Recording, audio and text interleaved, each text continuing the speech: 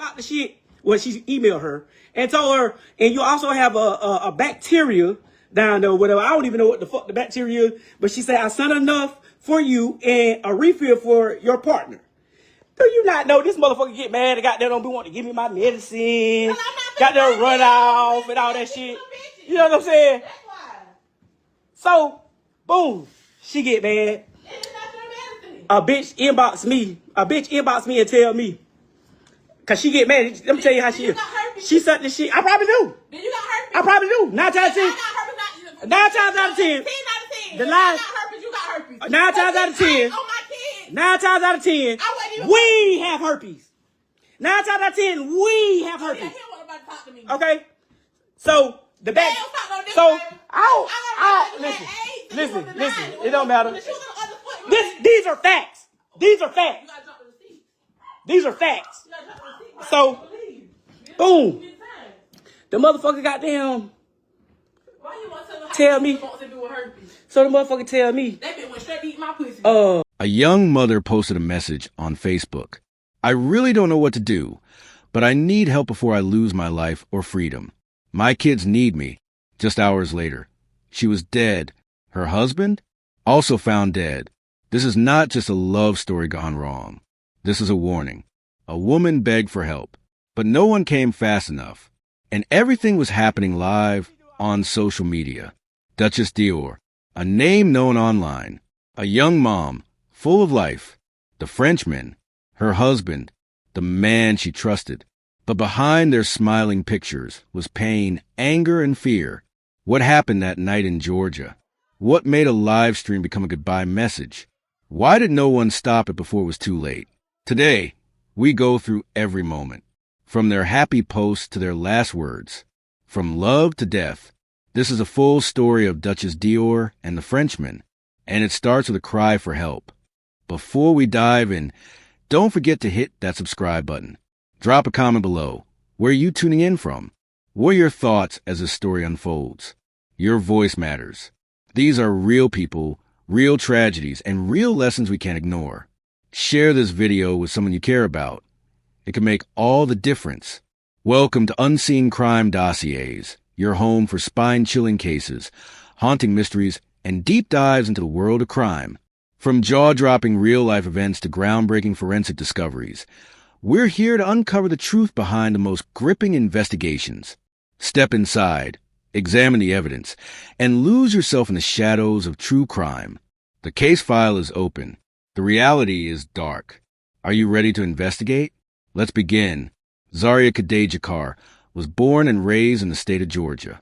She was a young woman with big dreams, and one of those dreams was to build a better life for her children. She became a mother early in life and used her experiences to create content that others could connect with. She was known for speaking openly about parenting, family, and surviving hard times. Zaria used the internet as a way to tell her story and inspire others who were also trying to hold their families together. She chose the name Duchess Dior for her online presence. The name stood out. It was stylish, powerful, and gave her a way to be seen. Through her videos and posts, she built a personal brand that reflected strength and beauty. Her page attracted thousands of followers who saw her as honest and relatable. Many of them tuned in daily to hear what she had to say, whether she was giving advice, sharing her day, or just talking to the camera about her life. Zaria didn't pretend to have everything figured out. She often shared her ups and downs, and her audience respected her for it. Her tone was calm and thoughtful, even when she spoke about her challenges. She let people know that being a young mother wasn't easy, but it was worth it. Her videos showed moments of her cooking, taking care of her kids, and expressing love for her family. For many, she was a voice of real life, raw, unfiltered, and strong. Over time, Zaria's online presence became more than just social media posts. It became her platform, a place where she could speak freely. She posted not only about her good days, but also the hard ones. She talked about healing, stress, and pushing through pain. Her consistency made people feel close to her, even if they had never met her. She kept showing up, no matter what was going on behind the scenes. Zaria wasn't just popular. She was respected by other young mothers who looked up to her. She had a way of speaking that made people stop and listen. She was stylish but simple expressive but grounded. She didn't rely on trends or drama to grow her page. People followed her because she was real. She stood out because she didn't try to fit in. Behind the camera, Zaria was private about some parts of her life. She did not always share everything she was going through, especially in her personal relationship. But her followers could sometimes sense when something wasn't right. Even when she was smiling, some noticed the sadness in her eyes. Still, she kept posting, and her page continued to grow. Duchess Dior left a mark on the people who followed her. Her content was not about fame. It was about connection. Her life online was a window into the world of a woman who carried her family on her shoulders, tried to find peace, and kept showing love, even when she was hurting. Jean-Marcus Jamil Carr was known online as the Frenchman. He was 36 years old and lived in Georgia, just like his wife, Zaria. While Zaria built her platform around family and motherhood, Jean-Marcus focused his content on a different subject: French bulldogs. He owned several dogs and often posted about breeding, caring for them, and promoting the breed. His dog business helped him gain attention on social media, where he collected over 44,000 followers. He carried himself with confidence, often appearing in videos that showed his lifestyle, his dogs, and his relationship. On camera, he seemed bold and proud. He promoted himself as someone who worked hard and took care of his household. His videos featured everything from dog kennels to quick talks about loyalty and relationships. His page was more business-focused than Zaria's, but he still gave followers a peek into his personal life. The couple sometimes appeared together online. Their posts as a pair painted the picture of a close relationship. They celebrated anniversaries, birthdays, and family milestones. Their content suggested that they were building something together, two creators supporting each other while raising a family and growing online. From the outside, they looked like a team. Behind the screen, there were signs that not everything was perfect. Although not many details about their private life were shared, certain clips and posts hinted at arguments, stress, and power struggles. Zaria's page started to show signs of personal distress, while Jean-Marcus maintained a more guarded tone. He rarely posted anything emotional, choosing instead to stay focused on his brand and image. Jean-Marcus came across as controlling to some viewers. His presence during live streams was often loud and dominant, and some followers noticed how quickly things would turn serious during their interactions. Still, many fans kept watching, unsure of what was truly happening between them. On camera, they would joke and smile. Off camera, no one knew the full story. He didn't speak much about his past, and most of what people knew came from what he showed on his social media accounts. He appeared to be deeply involved in the dog business and liked to show that he was in charge.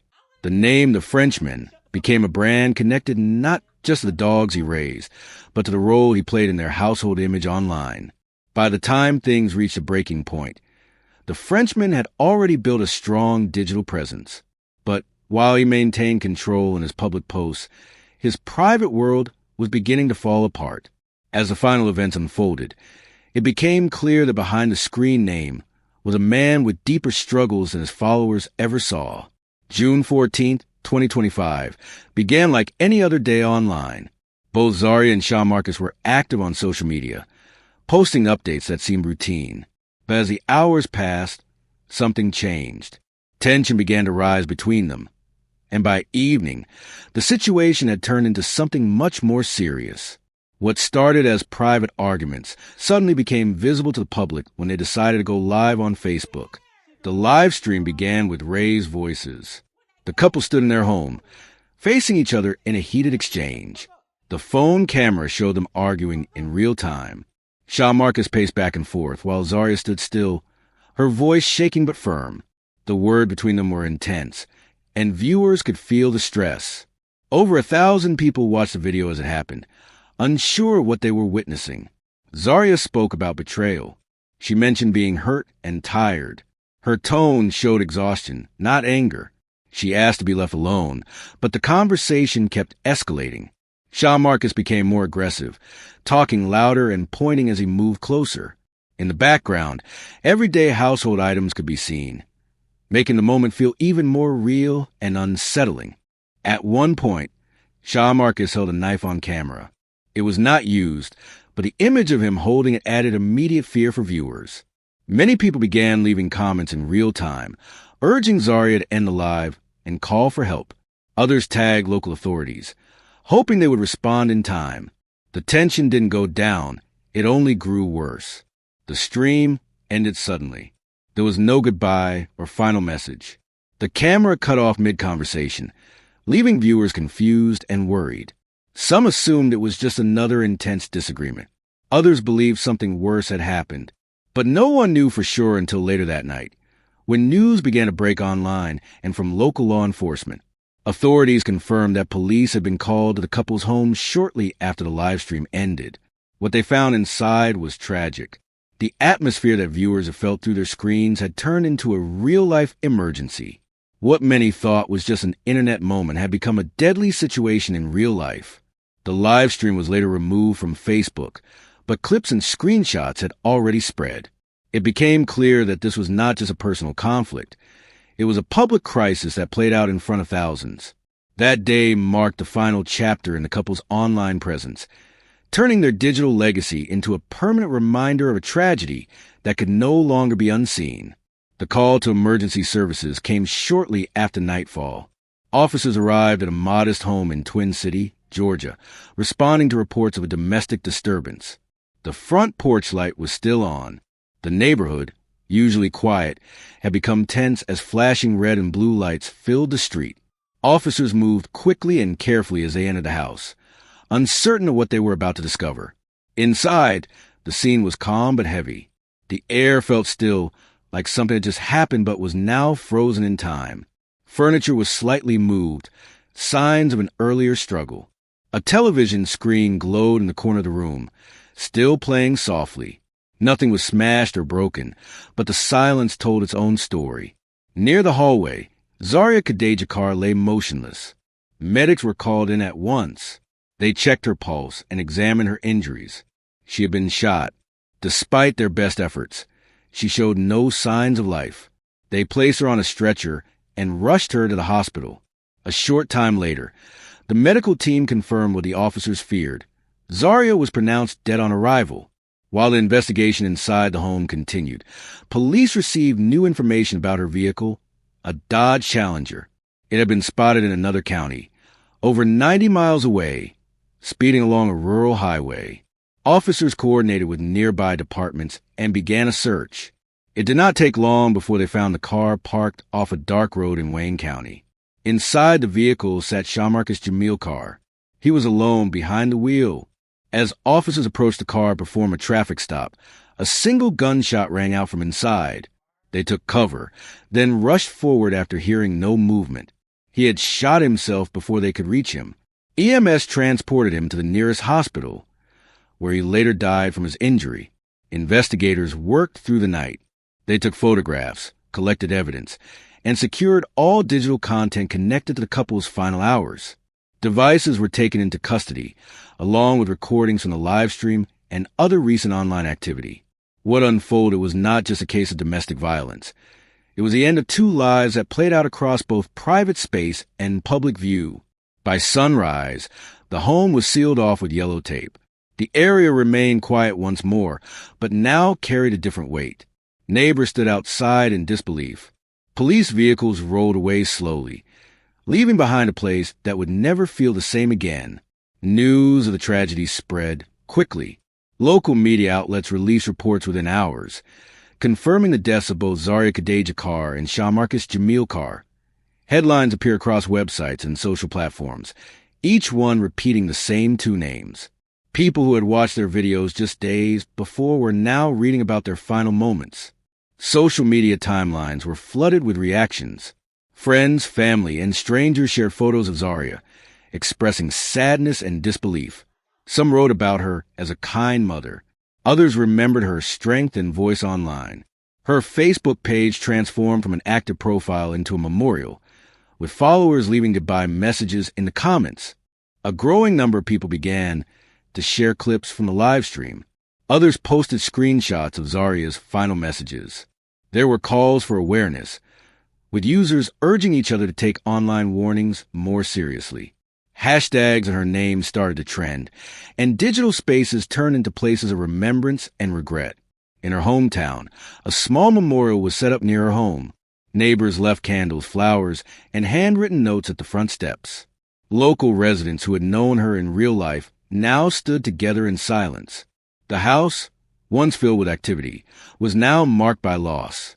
Nothing moved behind the windows, and the once active yard sat still. Investigators continued their work quietly. They reviewed online activity, gathered statements from people close to the couple, and worked with state officials to finalize the case.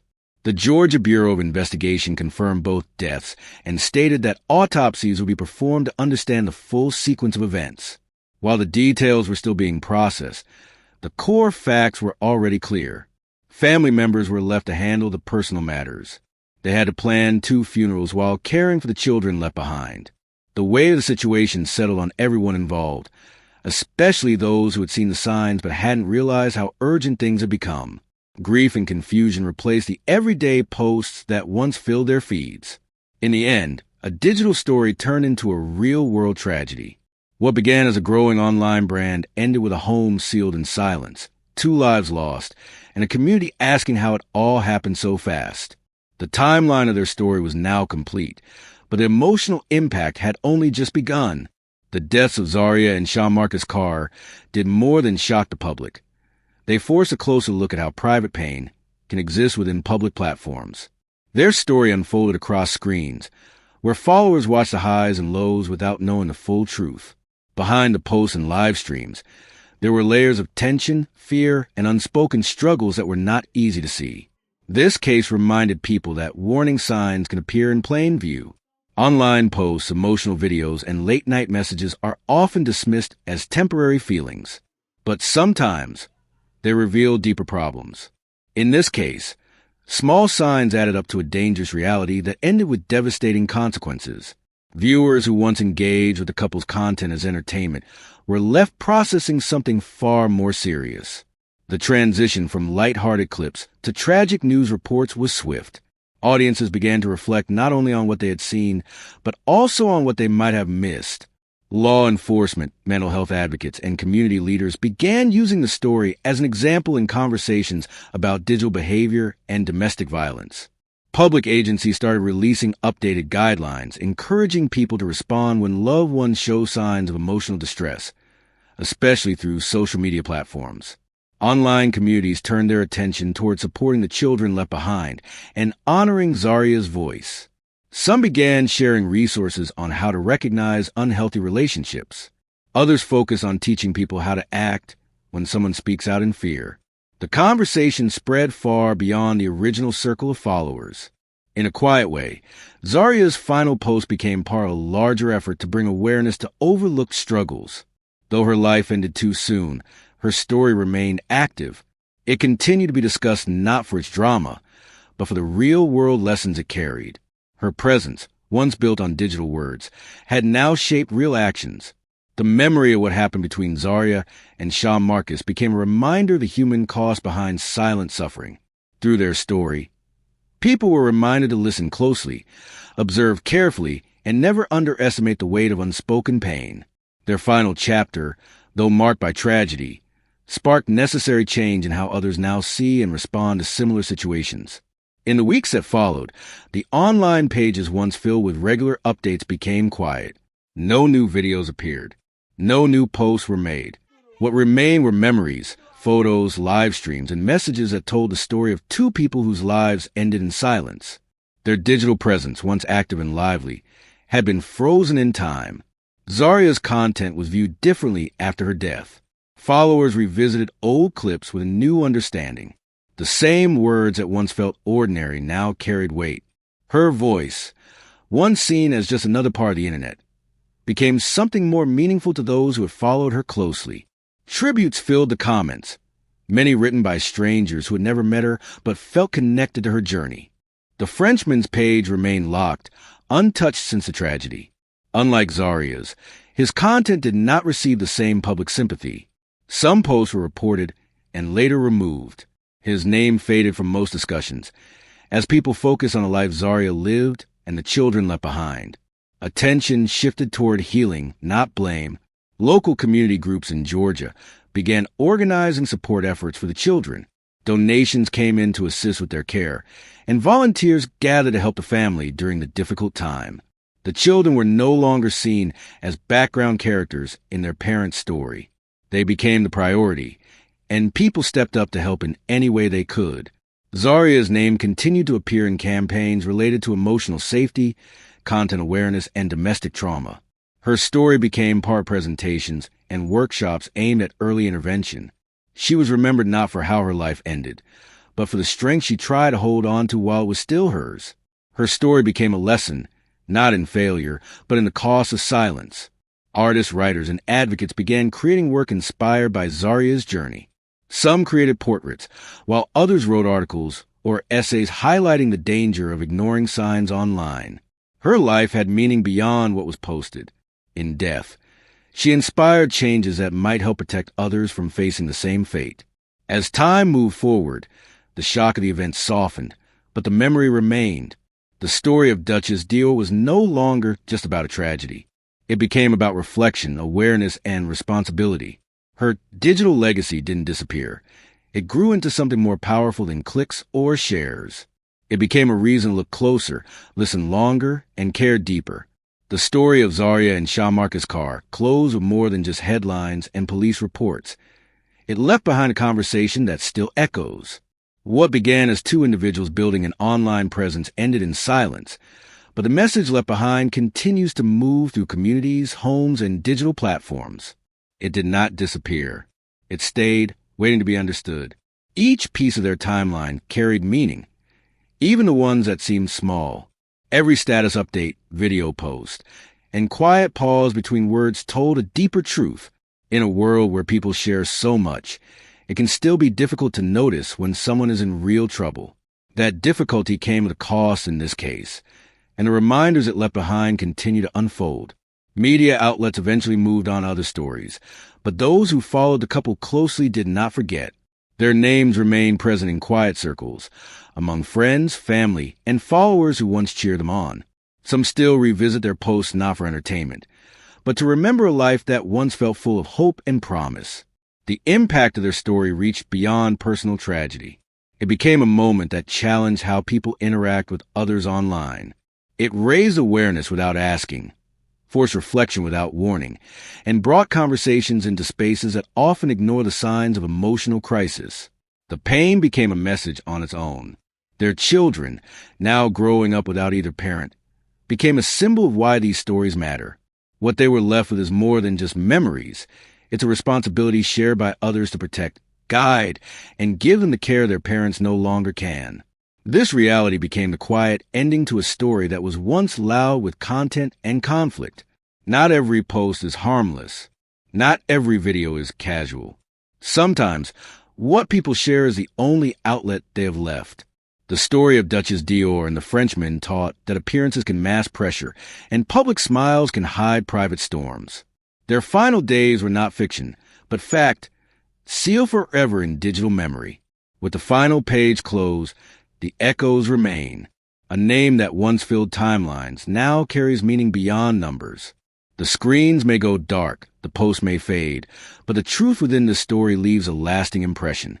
It is finished, but it is not forgotten. After the dust settled and public attention faded, the lasting effects of the tragedy continued quietly in the background. The internet moved forward, new stories filled the feed, and the pace of everyday life returned. But for those closest to the situation, time did not pass the same way. Healing became a slow, private journey. Legal documents were finalized. The case was officially closed with no charges filed, as both individuals involved had died. There were no trials, no courtroom proceedings, and no more statements from authorities. The facts were recorded and the file was stored. What remained were memories, questions left unanswered, and a family left to manage the pieces. Community outreach programs quietly added Zaria's name to their materials. Her image appeared in slideshows and brochures meant to raise awareness. In local meetings and seminars, her story was included as a real-life example of how fast things can spiral behind closed doors. Her legacy began to serve as education for prevention. Some of her followers created tribute pages that stayed active long after the original accounts went silent. On these pages, people shared their own stories, expressing how her posts had once helped them feel seen. These new spaces became places of comfort and connection for those who related to her journey. Offline, family members chose to protect the privacy of the children.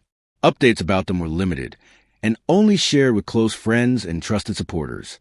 This choice was made not out of secrecy, but out of care. The focus had shifted from telling the story to protecting what was left of it.